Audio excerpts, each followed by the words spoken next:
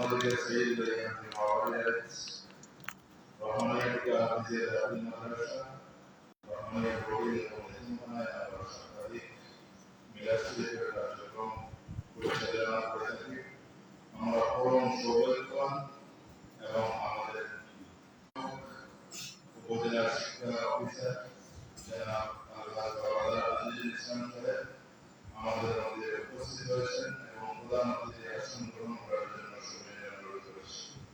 আজকের এই অনুষ্ঠানে সভাপতি আসন গ্রহণ করার জন্য অনুরোধ করছি রহমানিয়া কাফিয়া দাখিল মাদ্রাসা ম্যানেজিং কমিটির সম্মানিত সভাপতি জনাব আব্দুল আজিজ সাহেবকে সভাপতির আসন গ্রহণ করার জন্য অনুরোধ করছি।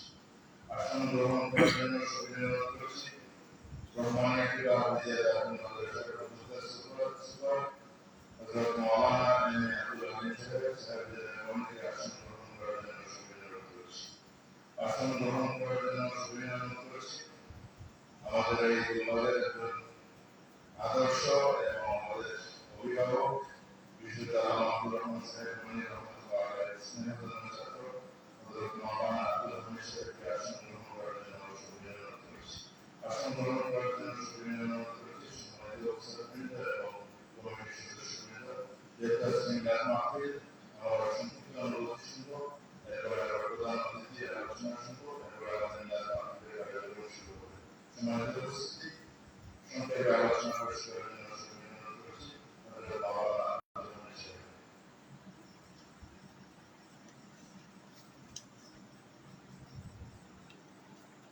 السلام عليكم ورحمة الله نحمده ونصلي على رسوله الكريم أما بعد فقد قال الله تعالى في كلام اللذيذ والقرآن الحكيم أعوذ بالله من الشيطان الرجيم بسم الله الرحمن الرحيم قل بفضل الله وبرحمته فبذلك فليفرحوا هو خير مما يجمعون صدق الله العظيم আমরা আজকে ঈদের মিলাদুন্নবী মাস আজকে 7 তারিখ মিলাদ মাহফিলের আয়োজন করেছেন মখদুম মাদ্রাসা সভাপতি এবং আজকের প্রধান অতিথি আমাদের কমিটির শিক্ষা বিভাগের অভিভাবক যার মাধ্যমে আপনাদের মাদ্রাসার অনেক সুপরামর্শ দিয়ে থাকেন জনাব আল্লাহ আজিজুল ইসলাম সাহেব এবং মাদ্রাসার প্রতিষ্ঠাতা সুপার বড় ভাই আল্লাহ এম এ আব্দুল হামিদ সাহেব সহ প্রতিষ্ঠানের ছাত্রছাত্রীরা এবং আজিজ ছাত্রবৃন্দ আজকে আমরা এমন একটি মহৎ সভায় উপস্থিত হয়েছি যে সভা হচ্ছে ঈদের মিলাদুন্নবী সভা যার আগমন না হলে আমরা এই পৃথিবীতে আসতাম না যার মাধ্যমে যার ওসিলায় আল্লাহ পাক পরওয়ারদিগার এই পুরো কায়নাতকে সৃষ্টি করেছেন এবং আজকে যদি আমাদের স্যার প্রধান অতিথি হিসেবে আছেন স্যারের খুব সুন্দর তাত্ত্বিক কিছু আলোচনা করেন যেগুলো আমরা শুনতে অত্যন্ত ভালো লাগে বিদায় আমরা আমাদের প্রধান অতিথি সাহেবের নিকট থেকে আলোচনা শুনব এবং আমি সংক্ষিপ্ত আকারে যেহেতু হাফিজা রহমান কথা বলছেন সেই জন্য একটি কথা বলতে চাই। আল্লাহ পাক পরওয়ারদিগারে আল্লাহ হাবিব সম্পর্কে বলেছেন তার কোরআনের মধ্যে ফুরকান হামিদ ঘোষণা দিয়েছেন কুল বিফাদলিল্লাহি ওয়া বিরহমাতিহি ফাবিযালিকা ফালইফরাহু। আল্লাহ পাক তাআলা হাবিব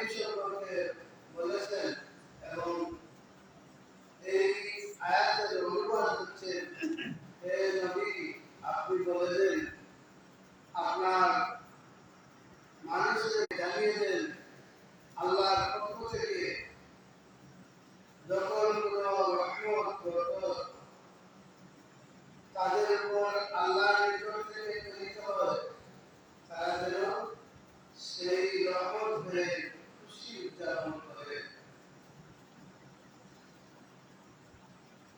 অন্যদিকে এই রহমত সম্পর্কে আল্লাহ পাক কুরআন শরীফে নিজে ঘোষণা করেছেন, ওয়া মা আরসালনাকা ইল্লা রাহমাতাল লিল আলামিন। আল্লাহ পাক বলেছেন রব্বুল আলামিন এবং তার হাবিব জনাব মুহাম্মদুর রাসূলুল্লাহ সাল্লাল্লাহু আলাইহি ওয়াসাল্লামকে রাহমাতাল লিল আলামিন হিসেবে এই দরজা পাঠিয়েছেন। সেই হিসাবে আল্লাহর কালামের ঘোষণা অনুযায়ী আল্লাহ তাআলা তার হাবিবকে পৃথিবীর রহমত হিসেবে প্রেরণ করেছেন। আর আল্লাহ পাক ঘোষণা দিয়েছেন যখন কোনো রহমত আল্লাহর পক্ষ থেকে আমাদের উপর বর্ষিত হয়, আমরা পাই, তখন যেন আমরা এই রহমত পেয়ে খুশি উদযাপন করি, ঈদ হিসাবে পালন করি। সেই হিসাবে আমরা গতকালকে প্রতিনিধিত্ব হয়েছে ঈদে মিলাদুন নবীর দিন। আল্লাহর হাবিব রাহমাতুল লিল আলামিন এই দরজাতে তশরীফ এনেছেন, যার কারণে আমরা খুশি এবং আল্লাহর হাবিবকে পেয়ে আমরা নাজাত ওসিলা পেয়েছি। আল্লাহ যেন আমাদেরকে তার হাবিবের ওসিলায় ইহকাল এবং পরকালে আমাদেরকে নাজাত ওসিলা হয়। আমরা সবাই বলি আল্লাহুম্মা আমিন। আল্লাহ পাক কোরআনে আল্লাহর হাবিবকে তার রহমত হিসেবে করেছেন। আমরা আমাদের প্রতিটা কাজে, আমাদের জীবনে বাস্তবায়িত করতে আল্লাহর হাবিবের আদর্শ, সুন্নাত, কুরআন, হাদিস, ইজমা, কিয়াস এগুলোর উপর ভিত্তি করে আমরা আমাদের জীবনযাত্রা পরিচালনা করতে পারি। এবং আল্লাহর রাসূল যেভাবে আদর্শ শিখিয়ে দিয়েছেন, আমরা সেই আদর্শের জন্য আমাদের জীবনকে পরিচালিত করতে পারি। আমরা ইনশাআল্লাহ কামিয়াব হব। আল্লাহর হাবিব যেহেতু আমাদেরকে আমাদের নিকট তার কুরআন এবং হাদিস রেখে দিয়েছেন, যাতে আমরা উন্নত মানুষে রূপান্তরিত হতে পারি। সেই হিসাবে আজকে আমি আমার সংক্ষিপ্ত আলোচনাকে সমাপ্ত করতে চাই, যেহেতু আমাদের প্রধান অতিথি স্যার মহোদয় এখানে আছেন। আর আপনাদের দিনব্যাপী যেহেতু এই ঈদে মিলাদুন নবীর আলোচনা আছে, আপনারা অনেক শুনেছেন, আমরা যেন এই ঈদে মিলাদুন নবীর এই আদর্শে আমরা জীবনকে বাস্তবায়িত করতে পারি। আল্লাহর রাসূলের মতাদর্শ নিয়ে আমাদের জীবনকে আমরা যেন পরিচালিত করতে পারি, এই আশা এবং আপনাদের নিকট প্রত্যাশা রেখে আমি আমার সংক্ষিপ্ত বক্তব্য এখানেই সমাপ্ত করলাম। আসসালামু আলাইকুম ওয়া রাহমাতুল্লাহ।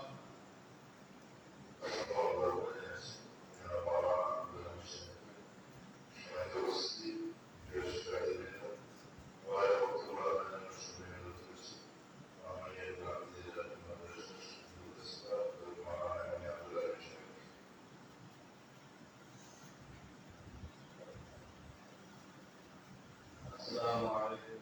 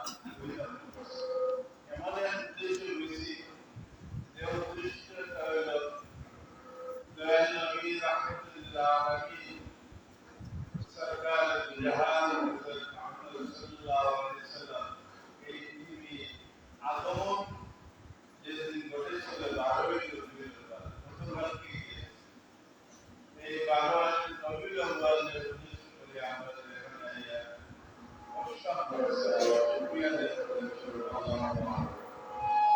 আমাদের মাদ্রাসায় রবিউল আউয়াল মাস পুরা করতে নেই আমাদের আলোচনা মিলাদ মাহফিল কোরআনের খতম চলছে মাস ব্যাপী এই কর্মসূচি চলবে ইনশাআল্লাহ।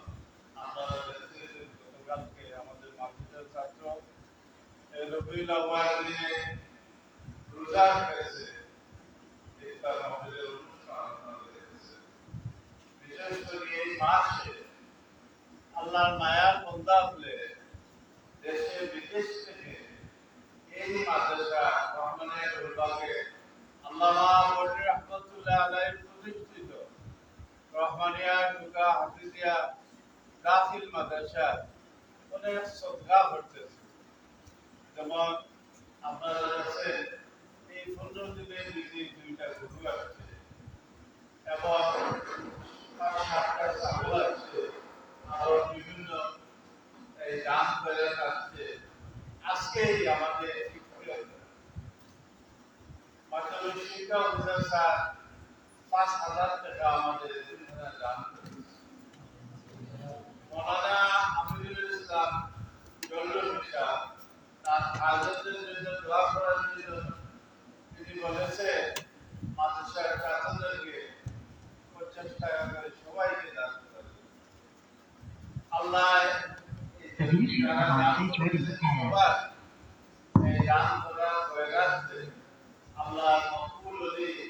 আল্লামা মুফতি সাহেব রাহমাতুল্লাহ আলাইহি উসিলা এগুলা কবুল করে আমরা সবাই আল্লাহু আমিন।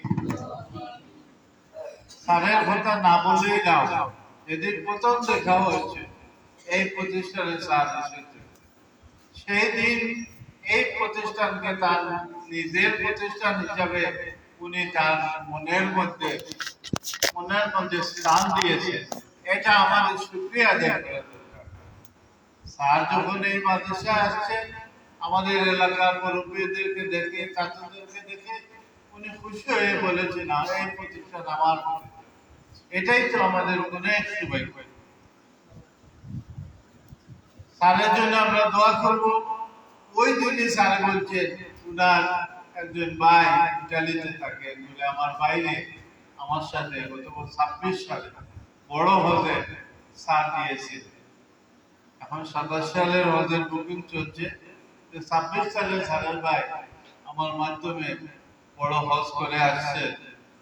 এই যে স্যারের আন্তরিকতা, স্যারের যে মহব্বত, একজন মানুষকে যদি মন থেকে কেউ না ভালোবাসে, আস্থা না রাখে, তাহলে এই মানে উনারে কোনো দায়িত্ব কেউ দেয় না। যখন কোনো মানুষকে মন থেকে ভালোবাসবে, আস্থা আসবে, তখন উনারে দায়িত্ব দেয়। স্যারে আমি মনে হচ্ছে আমি নানান যে ভালোবাসছে, যার জন্য উনারা আমার ভাইকে গত বছর 26 সালে আমাদের রহমানি হজ করে। আগামী 26 তারিখ 26 সেপ্টেম্বর এবং 28 সেপ্টেম্বর আমার রহমানিয়া হজ কাফেলা দুইটা কাফেলা খানা খাবার উদ্দেশ্যে রওনা যাচ্ছে। আপনারা দোয়া চাচ্ছি, বিশেষ করে এই কাফেলার আমার ভাতিজা মাহফুজুর রহমানও থাকবে, আমিও আশা করি থাকবো। আমাদের মাদ্রাসার উপদেষ্টা মৌলানা আবুল কালাম সাহেব অনুমোদনে আসিয়া এটা শরীক হইবে। আমরা যদি আল্লাহর বাড়ি যাই, আমরা তো আপনাদের কথা বলতে পারবো, আপনাদের জন্য আমরা দোয়া করবো। খানা কাবা যখন তোয়াফ করবো, আল্লাহ আমাদেরকে তৌফিক দিতেন, আপনাদের জন্য দোয়া করবো, আপনারাও আমাদের জন্য দোয়া করবেন। বিশেষ করে আমরা মহফিলে উপস্থিত হয়েছি মাদ্রাসার সহ আমার আব্দুল সত্তার মাহমুদ, আল্লাহ তার শরীরের সুস্থতা তার কাছে আমরা দোয়া করি। সম্মানিত উপস্থিতি, সবাই আমি নষ্ট করবো না। আমি যে কথাটা বলতে চাচ্ছি যে মহান আল্লাহ রাব্বুল আলামিন হুজুর আকরাম সাল্লাল্লাহু আলাইহি ওয়াসাল্লাম এই পৃথিবীতে দিয়েছেন সারা দুনিয়ার জন্য আপনার রহমত। হুজুর পাক সাল্লাল্লাহু আলাইহি ওয়াসাল্লাম যে আগমন করেছিলেন 12 রবিউল আউয়াল সোমবারের দিনে সুবহে সাদিক, মানে সকাল ভোর বেলা, এই মক্কা শরীফ হরম শরীফের পাশে সাফা এবং মারওয়া গেটের পাশে হুজুর পাক সাল্লাল্লাহু আলাইহি ওয়াসাল্লাম আগমনের যে গড়, এই গড়টারে বর্তমানে মাউলুদুন নবী সাল্লাল্লাহু আলাইহি ওয়াসাল্লাম লাইব্রেরি হিসেবে রাখা। এই গড়ের পাশে যখন আমরা বই, তো মনের মধ্যে আবেগ আসে। হুজুর পাক সাল্লাল্লাহু আলাইহি ওয়াসাল্লাম এই রাস্তা দিয়ে হাঁটছেন, এই দাড়ি বেড়াচ্ছে, এই দাড়ি ওদিকে বাড়িয়া আবাদ গিয়ে ঢুকছে। তোমার মনের মধ্যে অনেক আবেগ আছে যে আমরা কোনো পালা কুত্তা থাকে যদি দরজার সামনে আইয়া রাত্রে ঘুমাই, আমরাও তার কুত্তা হিসাবে আল্লাহ হাবিবের এই মাউলুদুন নবী সাল্লাল্লাহু আলাইহি ওয়াসাল্লাম এই দাড়িকে ব্যবহার করে মনের মাঝে আজ হুজুর পাক সাল্লাল্লাহু আলাইহি ওয়াসাল্লাম বর্তমানে তার কুত্তা আমরা দাড়ি রাখাই। আল্লাহ পাক রব্বুল আলামিন আমরা সারা হুজুর পাক সাল্লাল্লাহু আলাইহি ওয়াসাল্লাম মহব্বত আমরা দিলের মাঝে পয়দা করে দেই। কারণ হুজুর পাক সাল্লাল্লাহু আলাইহি ওয়াসাল্লাম যদি আমরা জান, মাল, আত্মীয় স্বজন, ছেলে আওলাদ সব কিছুর জন্য মহব্বত না করি, তাহলে আমরা ঈমান কামিল। যার কারণে আমরা আল্লাহ পাক রব্বুল আলামিন তৌফিক দিলেন আমরা দিলের মধ্যে হুজুর পাক সাল্লাল্লাহু আলাইহি ওয়াসাল্লাম মহব্বত দান করেন। আমরা শুকরিয়া আদায় করি যে আমরা এই বছর রমজান শরীফ খামিস জমাতে লাগে আবেদন করছি।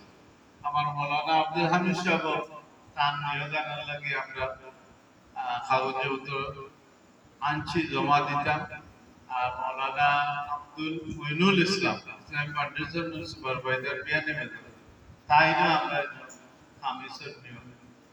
আর আমার ভাতিজা মাহফুজুর রহমান হলো খামিসের তার নিয়োগ শিল আছে, স্তর আছে। যার কারণে আমরা বড় আশা করি আল্লাহ আমরা তৌফিক দিতে যে আমরা খামিস জমা দিবার চালু করতাম। আল্লাহ পাক রব্বুল আলামিন বিশেষ করে আমরা গরিব ছাত্র হলো খাওয়া ওয়া পড়ানি ইফতার সেহরি সব কিছু ফ্রি থাকে, প্রতি বছর থাকে। আবার পর্যন্ত এবার আল্লাহর হুকুম হইলে খামিসের ছাত্রদের যারা গরিব মেধাবী সন্তানও লাগে খাওয়া দাওয়া সব কিছু ফ্রি। এগুলা আমার সালানের তৌফিক আল্লাহ পাক রব্বুল আলামিন আমরা দিতা।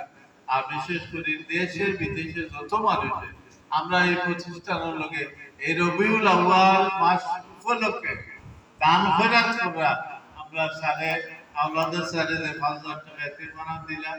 এই যে আমার জিয়া ভাই আত্মীয় তাইন একটা গরু দিছে কত ২ দিন আগে, আরো এক আল্লাহর বান্দা আরো একটা গরু দিছে, আরো ৫-৭টা ছাগল বয়স হয়ে দিছে, আরো কিছু টাকা পয়সা যারা দিরা মৌলানা আমিনুল ইসলাম যে বাচ্চান্তরে আজকে যে টাকা দিছে, এটা আমরা দোয়া করতাম যে আল্লাহর মকবুল হলেই আরাম আছে। বর্ণিসের উসিলা আল্লাহ পাক রব্বুল আলামিনের এই দান খয়রাত সরকারে আল্লাহ পাক রব্বুল আলামিন কবুল করতা সবে হোক আল্লাহ। আরো একটা বড় সুখবর আরো দিন কইছি মিলাদ শরীফ আছে আজকে হবে। আমরা সারো আজি আছে, আমরা সারোর বেশ অনুদান যে পড়ালেখা টানার ভিতরে মাত্র ২টা এতিমখানা নিবন্ধন আছে সরকারি। একটা হইল ফাঁকি এলাকা আর একটা হইল আপনার আখাল। আর ৩ নম্বর আল্লাহ পাক রব্বুল আলামিন কবুল করছে। আমরা রহমানিয়া টুকা হাফিজিয়া দাখিল মাদ্রাসার এতিমখানা বর্তমানে সরকারের নিবন্ধন সনদ আমরা পাইছি।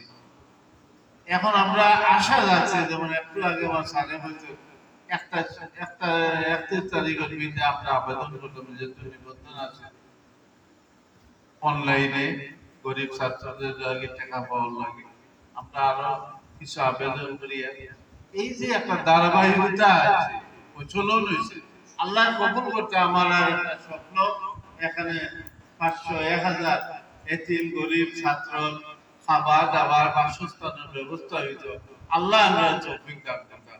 আমরা কিছুদিনের ভিতরে চেষ্টা করব এতিমখানা নতুন ভবনটা আমরা যাতে করতাম পারি। আল্লাহ তৌফিক দিতে, হায়াত পাওয়া যায় না, আমরা সবার হায়াত আল্লাহ বরকত দিতে আর আমরা কাজগুলা করার তৌফিক দিতে। আমরা মাদ্রাসার কাজ শনিবার শুরু হয়ে দিব, জানুয়ারি থেকে আমরা ক্লাসিকে কার্যক্রম লেখাপড়া শুরু হইব। এই যে আমরা এটা কাজগুলা আগাইয়া যায়, এটা একমাত্র আল্লাহর মকবুল ওলি আল্লামা বর্ণি রহমাতুল্লাহ আলাইহির কেরামত, আল্লাহর ওলির উসিলায়, আল্লাহর উসিলায় এই কাজগুলা সামনে দিয়ে হারিয়া বইতে আছে। আমরা খালি খেদমত করতাম, আমরা এখানে খাদিম হইতাম। কিয়ামতের দিন অন্তত রূপে আল্লাহর সামনে গিয়া তো একটা জিনিস কইতাম পারবো, আল্লাহ আমরা কোরআনের মাদ্রাসার খাদিম হইতাম, আমরা এতিমখানার খাদিম হইতাম, আমরা হিজবুল বাহারুল্লাহর খাদিম হইতাম। এইগুলা লইয়া তো আল্লাহর দরবারে আমরা হাজির হইতাম। আল্লাহ আমরা এটার মকবুলিয়ত দান করতাম আর এটার খেদমত করার তৌফিক আমরা দান করতাম। আমরা সাত কষ্ট করে আইছি, আমরা বড় খুশি, আমরা কৃতজ্ঞতা স্বীকার করি। বিশেষ করে সারর হাজত আছে, আল্লাহ পাক রব্বুল আলামিন নেক বানাই দিতা। আর আল্লাহর মকবুল ওলি আল্লামা বর্ণি রহমাতুল্লাহ আলাইহির উসিলা সব মানুষের দোয়া চাইছে, ফোন করিয়া আমরা রয়েছে সদকা করিয়া সবর এই দোয়ারে নিয়ত করে আল্লাহ পাক রব্বুল আলামিন কবুল মঞ্জুর ফরমান। আর আল্লাহ আমরা মাদ্রাসার খিদমত করার তৌফিক দান করুন। ওয়া আলহামদুলিল্লাহি রাব্বিল আলামিন। আসসালামু আলাইকুম। অসংখ্য মোবারকবাদ জানাচ্ছি সম্মানিত উপস্থিতি। এবারে প্রধান অতিথির বক্তব্য প্রদানের জন্য সবাই অনুরোধ করছি। আজকের অনুষ্ঠানের সম্মানিত প্রধান অতিথি বড়লেখা উপজেলা শিক্ষা অফিসার জনাব মাওলানা রাজিদুর রহমান সাহেবকে প্রধান অতিথির বক্তব্য উপস্থাপনের জন্য সবাই অনুরোধ করছি।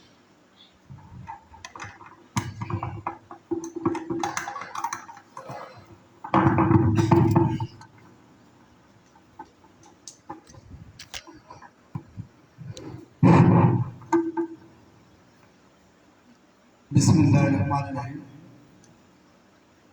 নাহমাদুহু ওয়া নুসাল্লি আলা রাসূলিহিল কারীম, আম্মা বা'দ। রহমানিয়া তুকা হাফিজিয়া দাখিল মাদ্রাসা কর্তৃক আয়োজিত ঈদ মিলাদুন নবী উপলক্ষে আলোচনা সভায় শ্রদ্ধাভাজন সভাপতি, উপস্থিত পত্র মাদ্রাসার সুপারিনটেন্ডেন্ট, উপস্থিত সাহেরা বক্তাদি, মহিলা দাখিল মাদ্রাসার সুপারিনটেন্ডেন্ট এবং ছাত্র মাদ্রাসার বিভিন্ন পর্যায়ের শিক্ষকবৃন্দ, ম্যানেজিং কমিটির সদস্যবৃন্দ এবং আমার সম্মুখে উপস্থিত আমার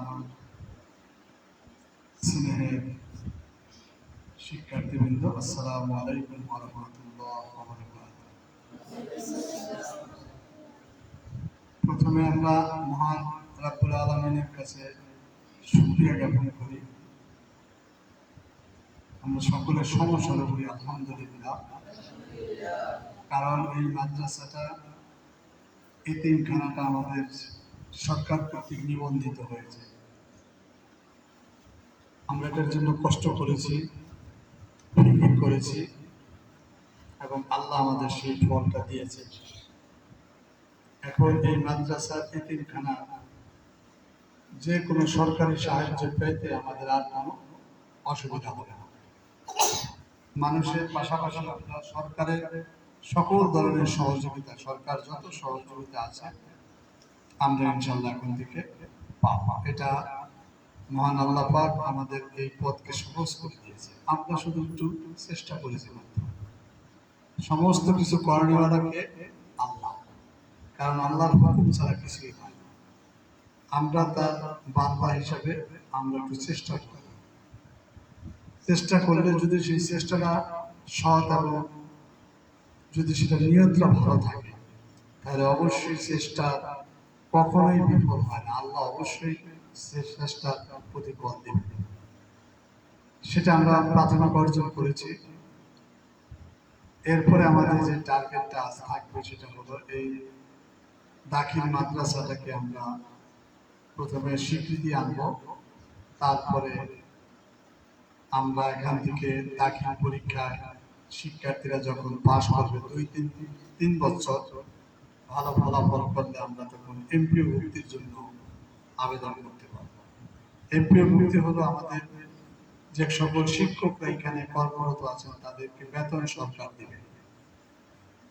অন্য অন্য মাদ্রাসাগুলো যেরকম বেতন পাই, যে পাশে আছে আমাদের একটা হাজির মাদ্রাসা আছে চান্দগ্রাম, ওখানে শিক্ষকরা সকলেই সরকারিভাবে বেতন পায়, কারণ তারা এমপিও ভুক্তির জন্য আমাদের কাজ করতে হবে। এবং এই কাজে আমি যতটুকু পারি ইনশাল্লাহ আমার সাধ্য অনুযায়ী আমি চেষ্টা করবো, চেষ্টাটা কখনোই ত্রুটি করবো না। আমি আগেও বলছি, এখনো বলছি যে মাদ্রাসাটা আমার খুব ভালো লাগে। এই মাদ্রাসার শৃঙ্খলা, পড়াশোনা, সকল কিছু এতটাই মুগ্ধকর যে আমাকে খুব মোহিত করেছে। এই জন্য সবসময় আমি গর্ব করে বলি এটা আমার মাদ্রাসা। কারণ এই মাদ্রাসার যে সকল শিক্ষার্থীরা আছে ওরা সকলেই কোরআনের সাথে আছে। এটা কোরআনের একটা বাগান। কোরআনের সাথে যারা থাকে আল্লাহ তাদের মর্যাদা বাড়িয়ে দেবে, অবশ্যই অবশ্যই বাড়িয়ে দেবে। এটা আল্লাহর ওয়াদা যে তার কালামের সাথে যে জুড়ে থাকবে, লেগে থাকবে, তাকে আল্লাহ অনেক সম্মানিত করবে। এই জগতেও করবে, পরজগতেও সম্মানিত। আজকে আমরা ঈদে মিলাদুন নবী আমাদের পূর্ববর্তী বক্তারা বলে গেছে,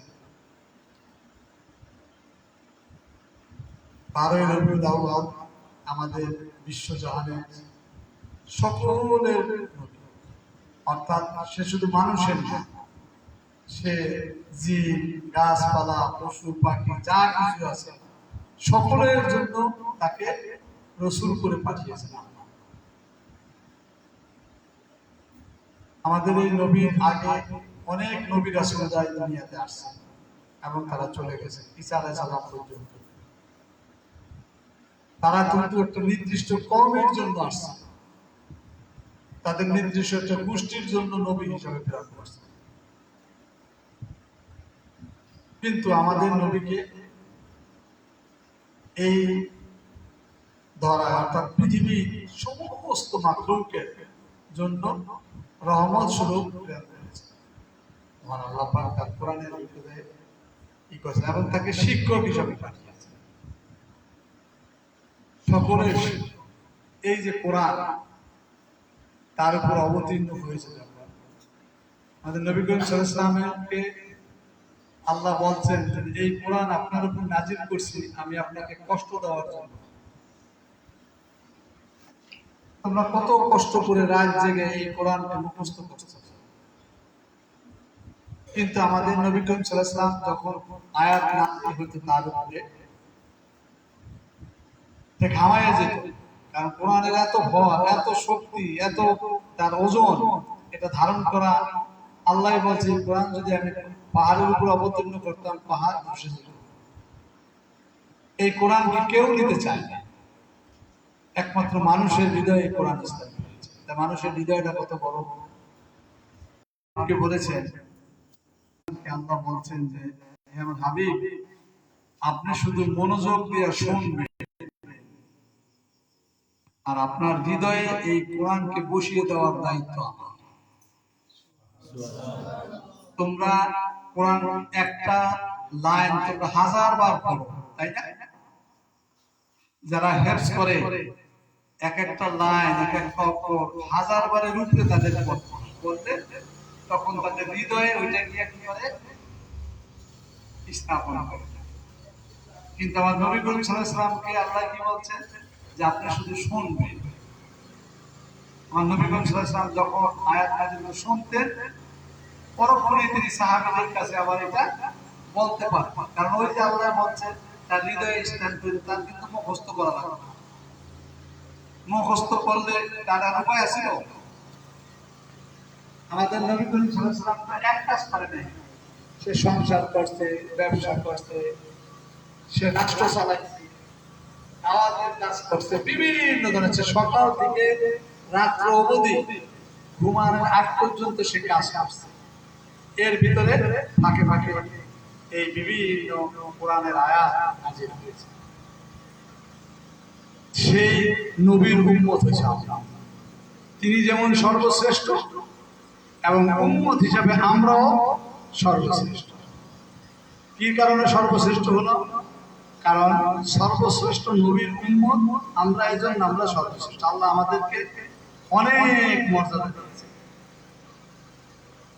আগের যে নবীরা ছিলেন তাদের উম্মতেরা 300 বছর, 400 বছর, 500 বছর বাঁচত।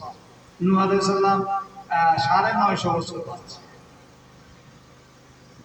দাওয়াতি কাজ করছে। কিন্তু আমাদের বয়স কত? 60 থেকে 70 বছর, তাই না? আমাদের এই প্রিয় নবী আল্লাহর কাছে বলছে, আল্লাহ অন্য অন্য নবীদের বা রাসূলদের তুমি উম্মতদেরকে হায়াত দিয়েছো 300 বছর, 400 বছর, 500 বছর। তারা 400-500 বছর ইবাদত করে, আমার উম্মত থেকে তারা তো আগায় দেয়, আমার উম্মত তো তাদের সাথে পারবে না। তখন আল্লাহ তার হাবিবকে সান্ত্বনা দিয়েছে যে হাবিব, আপনি শুনে রাখুন, আপনার এই উম্মতের জন্য আমি কিছু কিছু রাত্রি রাখছি, যেটা অন্য অন্য উম্মতকে এই রাত্রিটা দান করে। ওই যে আমাদের রমজান মাসে একটা রাত্রি আছে না, শবে কদর, কি আছে না? শবে কদরে যদি তুমি ইবাদত করো তাহলে কত? 83 বছর 4 মাস, নাকি 83 বছর? এইরকম ইবাদত করলে তুমি যে সওয়াব পাইবা, সেই সওয়াব তোমাকে বোনাস দিবে। এখন আমরা আছি না, বাসি আমাদের 60-70 বছর, কথাগুলো আল্লাহ মাফ করে দিবে। বুঝতে পেরেছো? এটা হলো বোনাস। এখন তুমি যদি 60 বছর বাঁচো, তারপর তোমার বালেগ হওয়ার মনে করো 10-11 বছর বাদ দিলাম, তারপর থেকে তোমার যদি 40 বছরে যদি তুমি 40টা শবে কদর পাও, তাহলে তোমার ইবাদত কোন জায়গায় গিয়ে দাঁড়াইবো? হিসাব করতে পারবা? এই যে দেখো, আমাদের আল্লাহ বোনাস দিচ্ছে শুধুমাত্র এই নবীর খাতিরে। এজন্য আমরা সবসময় দুরূদ ইস্তেগফার করতে থাকবো আমাদের এই নবীর উপরে। কারণ আমাদের নবী করিম সাল্লাল্লাহু আলাইহি ওয়াসাল্লামের উপরে যে যত তুমি দুরূদ পাঠ করবা, এর বিনিময়ে আল্লাহ তোমাকে প্রতিটা দুরূদের ভিতরে 10টা করে রহমত তোমার উপর নাযিল করবে। সুবহানাল্লাহ। এজন্য আমরা সবসময় চেষ্টা করব যে আমাদের নবীর শানে দুরূদ পাঠ করা। আমরা পারবো না ইনশাআল্লাহ? অবশ্যই। আর আমাদের এই নবীর উপর যে কিতাব নাযিল হয়েছে, এটা সর্বশ্রেষ্ঠ কিতাব। এর উপর আর কোনো কিতাব নেই। কিতাবের প্রথমেই বলে দিয়েছে লা রাইবা ফি, অর্থাৎ এর মধ্যে কোনো ভুল নেই, যা কিছু আছে সব সত্য। অতএব এই কোরআনকে তোমরা শিখছো, এই কোরআনকে তোমরা তোমাদের হৃদয়ে ধারণ করার চেষ্টা করেছো। যেই হৃদয়ে কোরআন থাকবে, যেই দেহের ভিতরে কোরআন থাকবে, ওই দেহ জাহান্নামের আগুন তার জন্য হারাম হয়ে যাবে।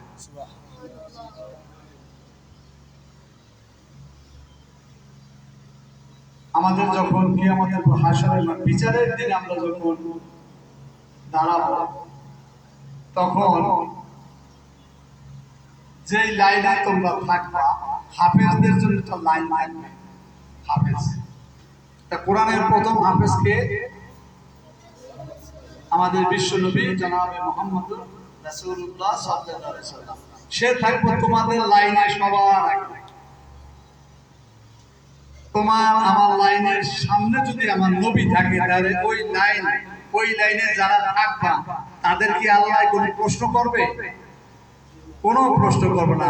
বিনা হিসাবে তোমরা জান্নাতে চলে যাবে, বিনা হিসাবে।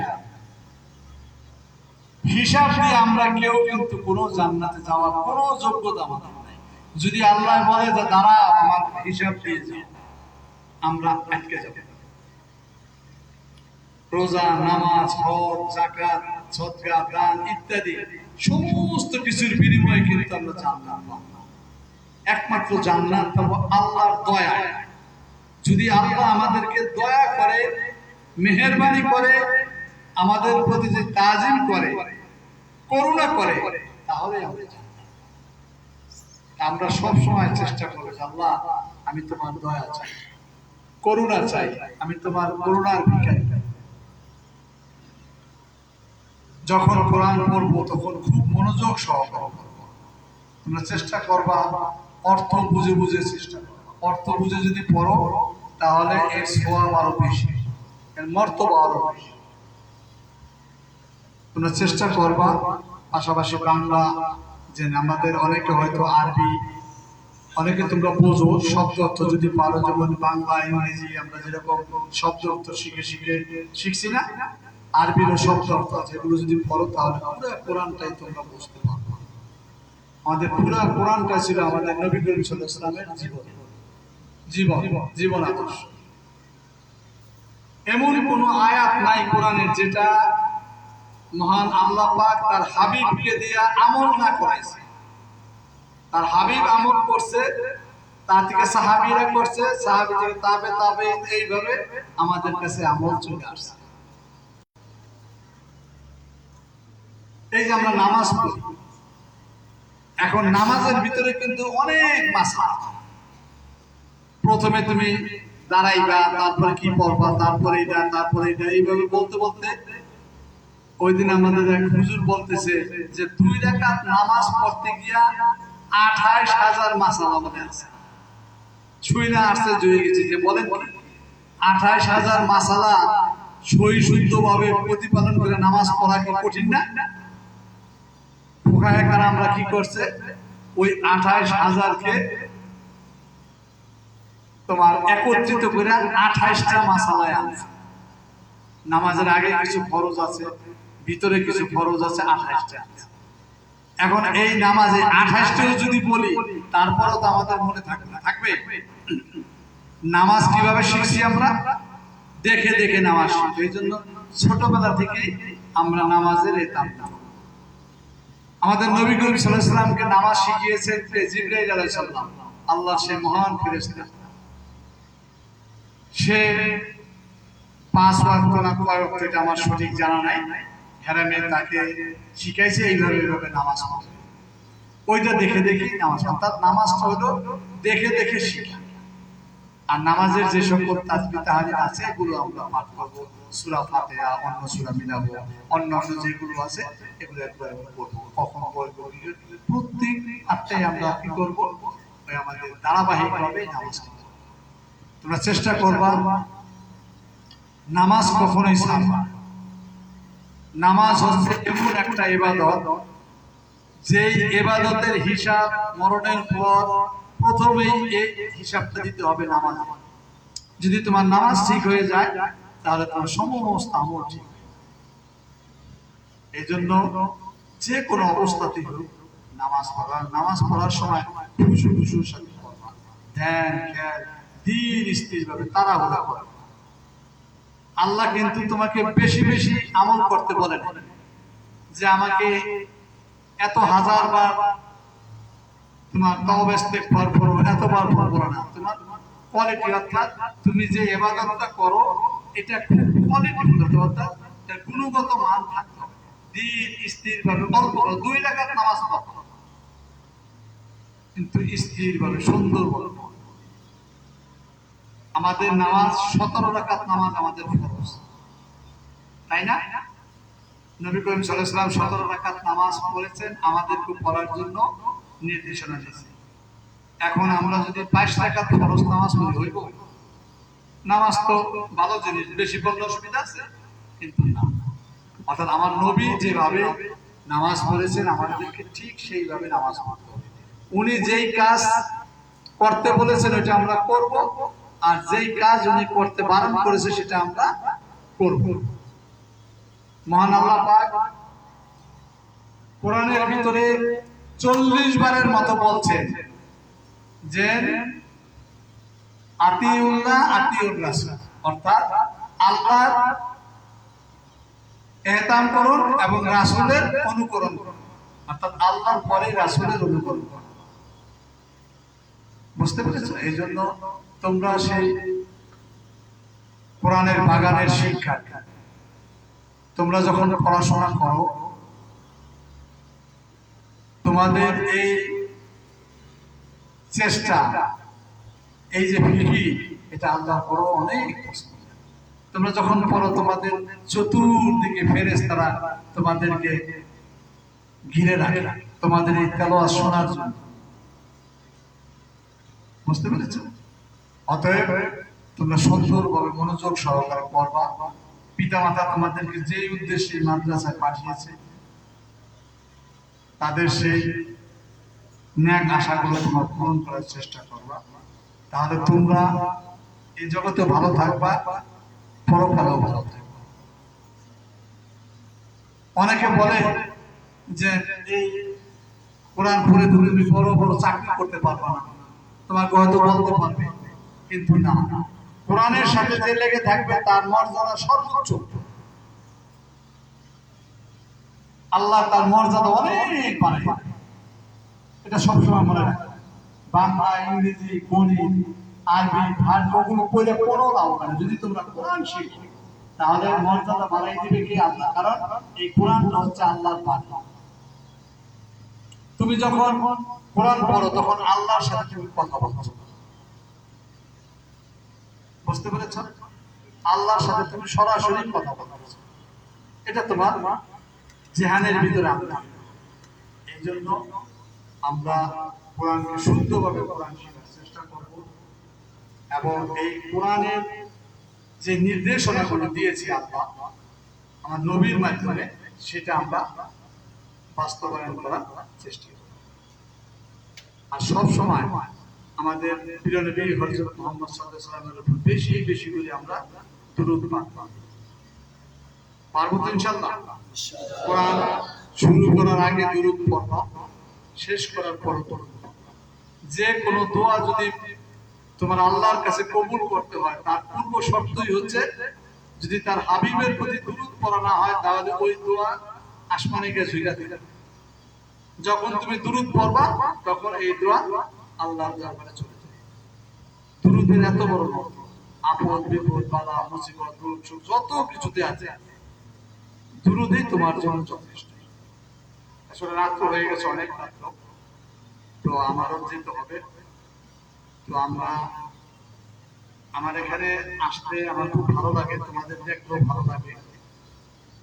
তোমরা আমার জন্য দোয়া করবা, আমার পরিবারের, আমার ছেলে মেয়ে, স্ত্রী পুত্র পরিজনের জন্য দোয়া করবা।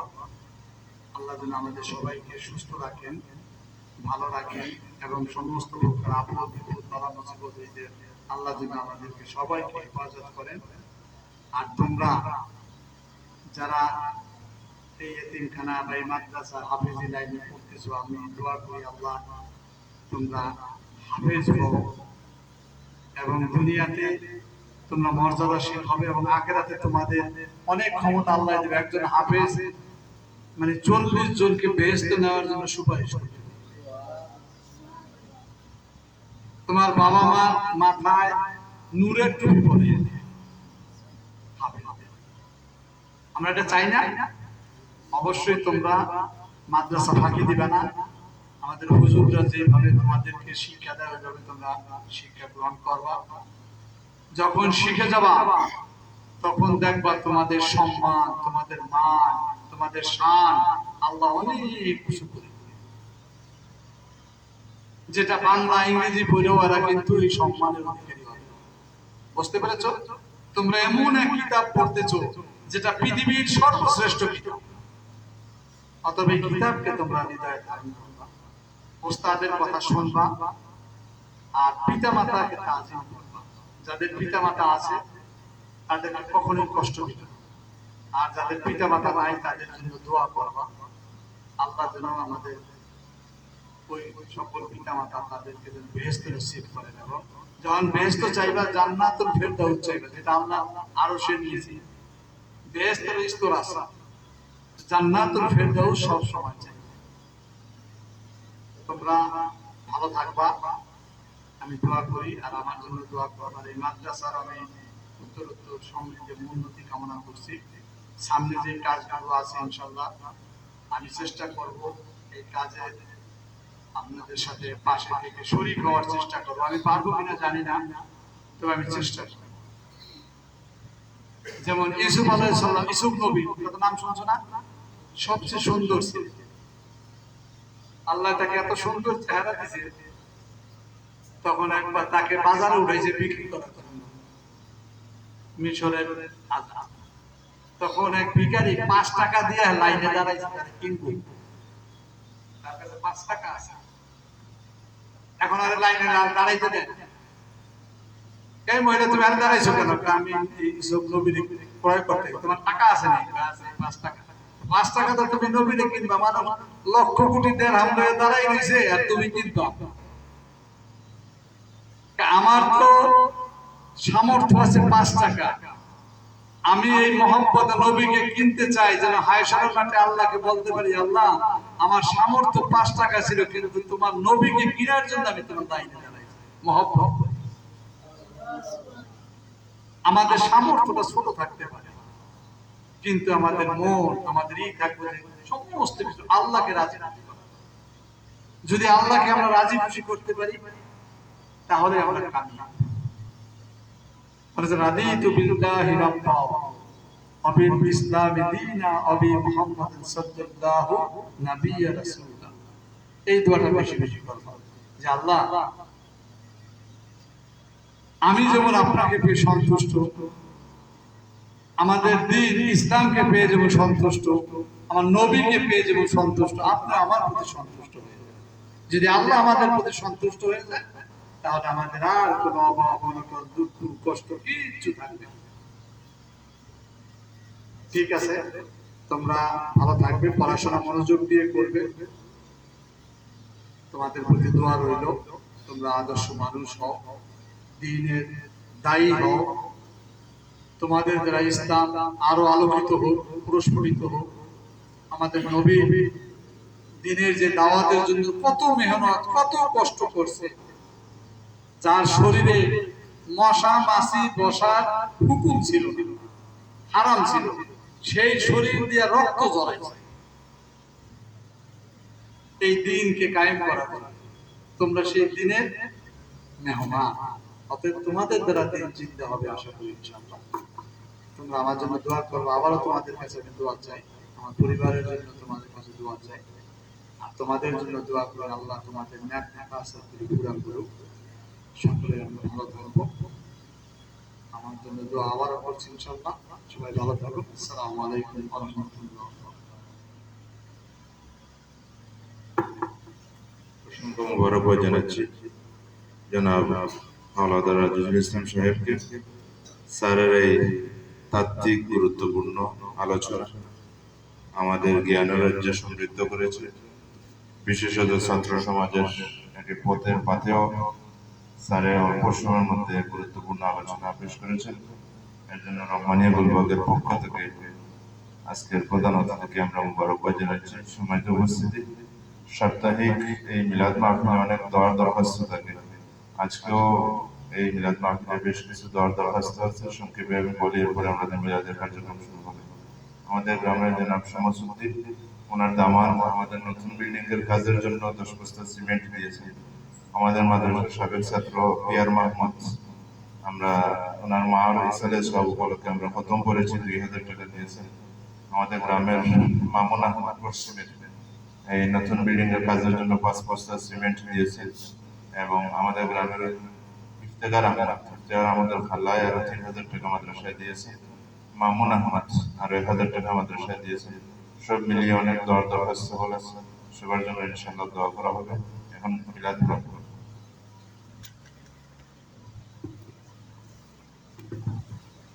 نحمده ونصلي على رسوله الكريم ولما تم من حمله صلى الله عليه وسلم شهران على شهر الأكبر والرؤيا توفي بالمدينة الشريفة المنورة